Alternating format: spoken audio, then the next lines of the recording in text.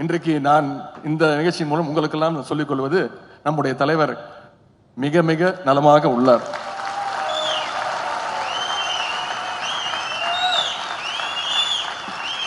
மருத்துவர்கள் கொடுக்கின்ற அந்த மருத்துவத்தால் மட்டுமல்ல, இங்க வந்திருக்கக்கூடிய உங்களுடைய பேரன்பினால் நம்முடைய தலைவர் அவர்கள் இன்னும் 2 நாட்கள்ல வீடு திரும்புவார் என்பதை இந்த நேரத்தில் நான் மகிழ்ச்சியோடு தெரிவித்துக் கொள்கின்றேன்.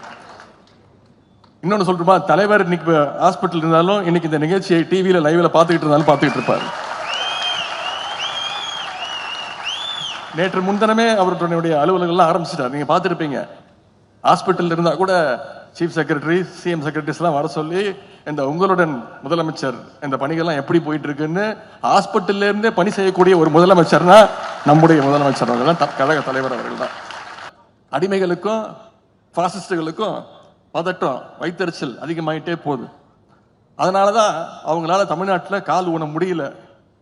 எப்படியாவது காவிக்கு இங்க வழி போட்டு கொடுக்கணும்னு அதிமுக முயற்சி செஞ்சுக்கிட்டு இருக்கு. ஆனா நான் சொல்றேன், கருப்பு சிவப்பு வேஷ்டி கட்டி இருக்கக்கூடிய திராவிட முன்னேற்ற கழகம் இருக்கிற வரைக்கும் தமிழ்நாட்டுக்குள்ள காவிய தமிழ்நாட்டு மக்கள் அனுமதிக்க மாட்டாங்க. அதை நீங்க உறுதி செய்யணும்.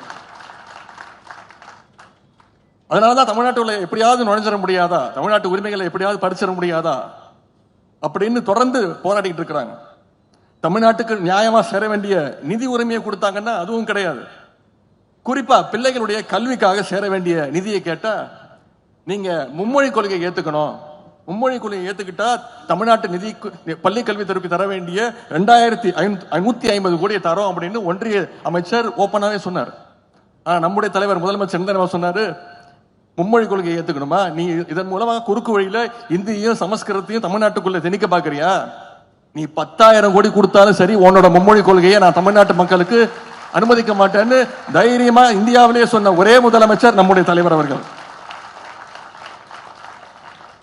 இப்படி ஒருங்கிணைந்த திட்டத்தை சென்ற நிதி ஆண்டுல தமிழ்நாட்டுக்கு ஒன்றிய அரசு கல்வி ஆண்டுல எவ்வளவு நிதி ஒதுக்கீடு செஞ்சிருக்கு தெரியுமா? சென்ற கல்வி ஆண்டுல தமிழ்நாட்டு கல்விக்காக ₹1 கூட ஒதுக்கல ஒன்றிய பாஜக அரசு. ஆனா பாஜக மற்றும் அதனோட கூட்டணி கட்சிகள் ஆளுகின்ற மாநிலங்களுக்கு கல்விக்காக மட்டும் அள்ளி அள்ளி கொடுத்திருக்கிறாங்க. உதாரணத்திற்கு உத்தரப்பிரதேசம், உங்களுக்கு தெரியும், உத்தரப்பிரதேச மாநிலம், அந்த மாநிலத்திற்கு 6264 கோடி ரூபாய் ஒதுக்கி இருக்காங்க வெறும் பள்ளி கல்வித்துறைக்கு ஒன்றிய அரசு. அசாம் மாநிலத்துக்கு 2025 கோடி ரூபாய் ஒதுக்கி இருக்கு ஒன்றிய பாஜக அரசு. குஜராத், ஆந்திர பிரதேசத்துக்கு 1250 கோடி ரூபாய் ஒதுக்கி இருக்கு. ஆனா தமிழ்நாட்டுக்கு ஒரு பைசா கூட ஒதுக்கவில்லை ஒன்றிய அரசு. இப்படிப்பட்ட பல்வேறு பிரச்சனைகளை தமிழ்நாட்டு மக்களுக்கும் நம்முடைய மாநிலத்திற்கும் கொடுக்கக்கூடிய பாஜகவும் அவங்களோட ஒன்றிய அரசும், அப்படிப்பட்ட தமிழர் விரோத பாஜகவோடு எடப்பாடி பழனிசாமி மறுபடியும் கூட்டணி வச்சிருக்கிறார். அது எப்படிப்பட்ட கூட்டணி? சென்ற தேர்தல் முடிஞ்சோன்னு என்ன சொன்னாரு திரு எடப்பாடி பழனிசாமி அவர்கள்? இந்த தேர்தல் கிடையாது, 2035லயும் நாங்க என்னைக்கும் பாஜகவோட கூட்டணி வைக்க மாட்டோம்னு சொன்னாரா இல்லையா? ஆனா இப்ப என்ன பண்ணாரு? 2 மாசத்துக்கு முன்னாடி 4 கார் மாறி போய் முக்காடு போட்டு, முக்காடு மட்டும் தான் போடல, முக்காடு போடாத குறையா ஒளிஞ்சு மறைஞ்சு போய் கூட்டணி வச்சுட்டு வந்திருக்கிறாரு. இந்த துரோக கூட்டணியை வீழ்த்த வேண்டிய பொறுப்பு தமிழ்நாட்டில் இருக்கக்கூடிய ஒவ்வொரு குடும்பத்தில் இருக்கக்கூடிய ஒவ்வொரு வாக்காளர்களுக்கும் இருக்கு. பிளே ஸ்டோர் மற்றும் ஆப் ஸ்டோரில் இருந்து பாலிமர் செயலியை QR கோடு மூலம் பதிவிறக்கம் செய்யுங்கள்.